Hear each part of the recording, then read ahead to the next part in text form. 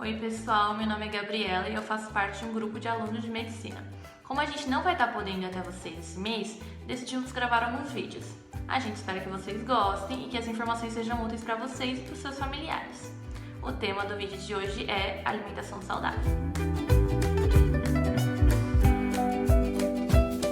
Ter uma alimentação saudável é importante para evitar doenças como pressão alta, diabetes, obesidade, problemas de coração e até mesmo câncer. E isso vale para todas as idades. Para muitos de vocês, uma alimentação saudável pode ser sinônimo de uma alimentação cara, mas isso não é verdade, pois o custo total da refeição é menor do que uma refeição feita com alimentos ultraprocessados. Para te ajudar a economizar, tente comprar as frutas, verduras e legumes da época e vá em varejões, sacolões ou compre diretamente de um produtor rural. A gente está falando de uma alimentação saudável, mas será que a alimentação saudável cabe no bolso? E a resposta é que sim.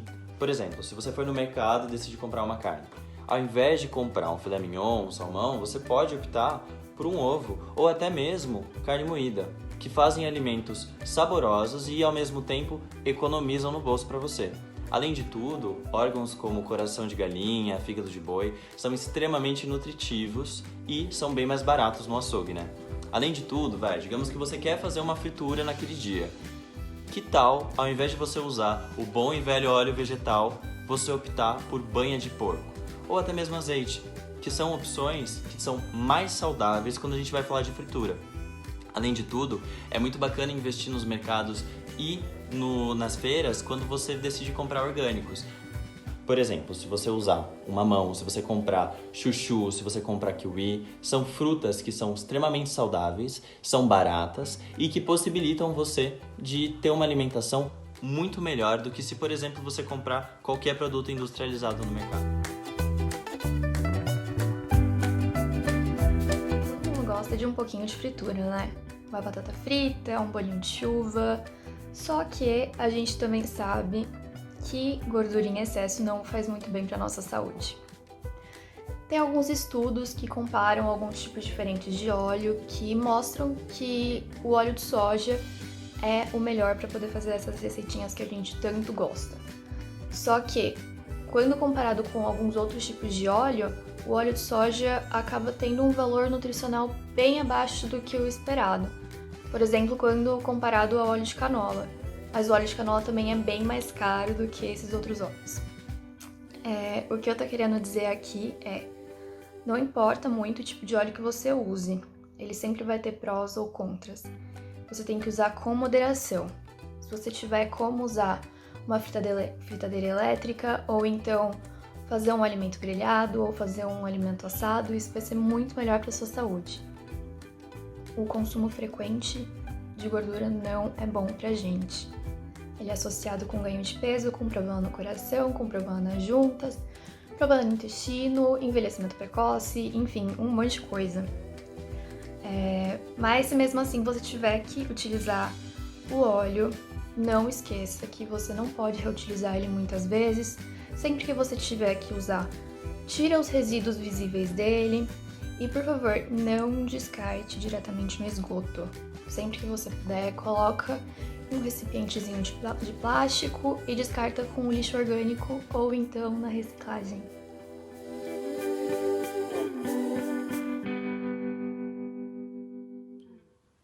Mas então, o que são os carboidratos? Bom, os carboidratos eles são um grupo de alimentos que nos fornecem energia para o nosso corpo. Depois da digestão, eles viram os açúcares. Eles são representados na base da nossa pirâmide alimentar. Ou seja, eles são muito importantes e a gente precisa de uma boa quantidade desses alimentos. Só que a gente não pode. Apesar desses alimentos serem a base da nossa pirâmide alimentar, a gente não pode exagerar na quantidade. Existe uma quantidade certa para ser saudável. Nessa imagem a gente pode ver Se a gente dividir o prato em 4, apenas uma parte deve ser os carboidratos. Eles são representados por alguns alimentos específicos, que a gente conhece bastante, como o arroz, o milho, o pão, a batata, o macarrão e a mandioca.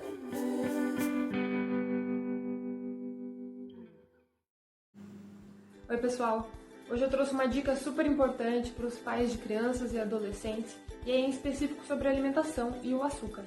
Eu sei que de imediato vocês vão pensar, nossa, que assunto batido. E eu vou concordar com vocês, contanto que vocês acertem as minhas 2 próximas questões, que são exatamente sobre a alimentação dos seus filhos. E para dar uma dica sobre essas questões, eu vou dar um dado da Associação Americana do Coração, que diz que o consumo médio por dia de açúcar das idades entre 2 e 18 anos é de 25 gramas, que é cerca de 6 colheres de chá de açúcar. Então, vamos lá fazer essas questões? O pacote de bolachas equivale a comer 5 goiabas de uma única vez. Já o achocolatado, 6 pacotinhos de açúcar. Não é recomendado o consumo de açúcar até os 2 anos de idade. Hábitos saudáveis vêm através do consumo de frutas naturais, biscoitos e bolachas integrais e a prática de exercícios físicos. Já os benefícios são a redução do colesterol, o risco de diabetes e de cáries dentárias.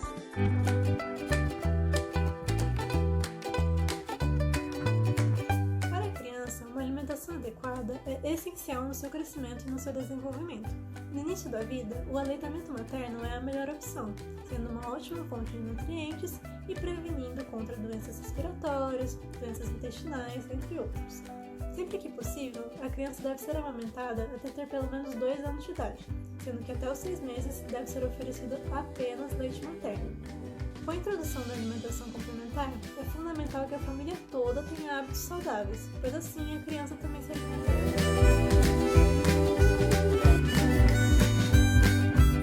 Sal é um dos grandes vilões da nossa alimentação e o máximo que a gente pode consumir por dia é isso daqui? Quer uma dica? Fique atento quanto de sal você coloca nas suas refeições, tire o saleiro da mesa e evite consumir alimentos como presunto, mortadela, miojo. Assim você diminui o sal do seu dia a dia e tem uma vida mais saudável.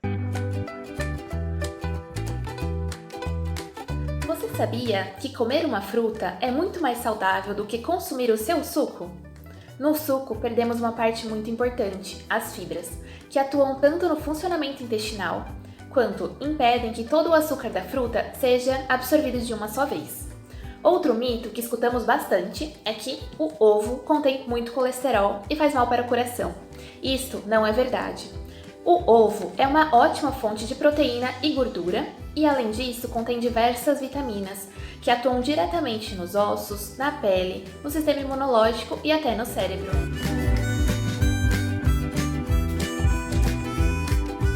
Eu vou ensinar vocês aqui agora como é que vai fazer pão de minuto.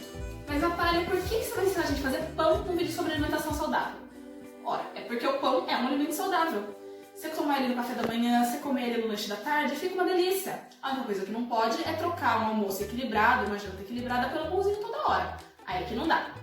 Além disso, essa receita de pão de minuto, ela rende muito, é barata de fazer e é muito fácil. Pode acreditar em mim, porque se fosse complicado eu não conseguiria fazer. Então, eu vou ensinar vocês e aí vocês não precisam ir na padaria todo dia, gastar todo dia um pouquinho, sair de casa hoje que a gente não pode muito sair de casa, faz esse pãozinho que dá certo, tá bom?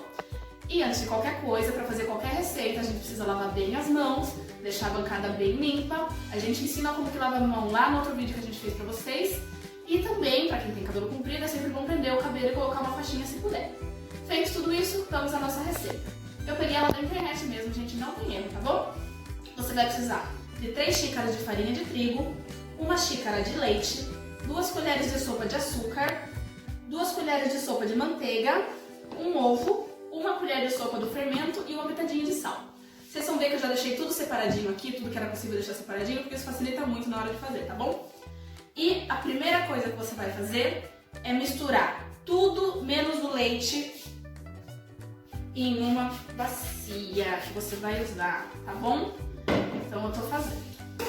Eu ponho primeiro os secos e depois os molhados porque eu ouvi dizer que é assim que tem que fazer, tá, gente? Mas na receita nem isso especificava, tá? Então 2 colheres de açúcar.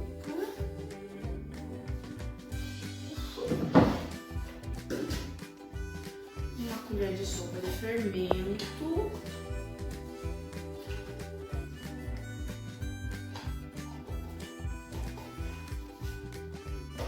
Vou dar uma misturadinha, porque eu ouvi dizer que tem que misturar os secos e depois os líquidos. colocar a manteiga.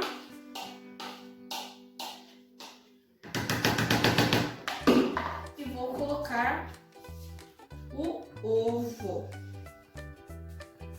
Beleza? E eu vou usar essa colher mesmo que eu tinha preparado para manteiga. Agora, eu vou colocando o leite aos poucos. O leite que é o último que a gente ia pôr, tá bom? E já vai começar a misturar com a mão. O ponto da massa, de acordo com essa receita aqui, é até ela ficar homogênea e não grudar mais na mão, tá bom? Vamos lá. Olha como que a massa fica depois, gente. Ela desgruda da mão assim e quando você olha não tem nenhum pedacinho de farinha nela ainda, é só massa. Dependendo do dia, de como tiver essa coisa, você vai ter que colocar ou um pouquinho mais de leite ou um pouquinho mais de farinha. Nessa daqui eu tive que pôr um pouquinho mais de farinha, tá bom? Aí você vai vendo dependendo de quanto ele tá grudando na sua mão. E agora você vai fazer bolinhas para depois assar. Você vai colocar numa assadeira untada com farinha, tá bom? Faz quantas bolinhas derem. No forno, o tamanho que você quiser de pão. A gente gosta de comer pãozinho pequenininho assim aqui em casa.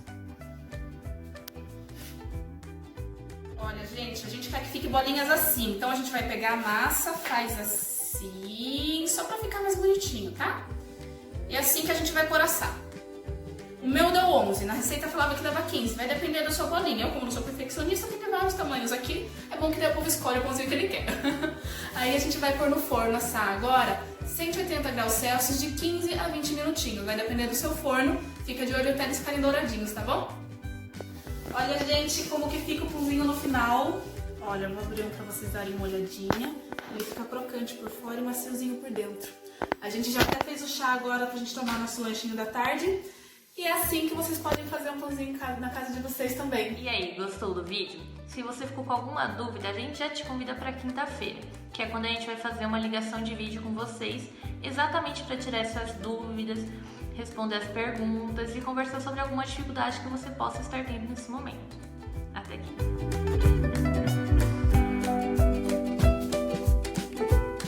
E a gente não podia deixar de falar do coronavírus. Bom, todo mundo já sabe, já ouviu que tem que ficar em casa e usar máscara. Mas por quê?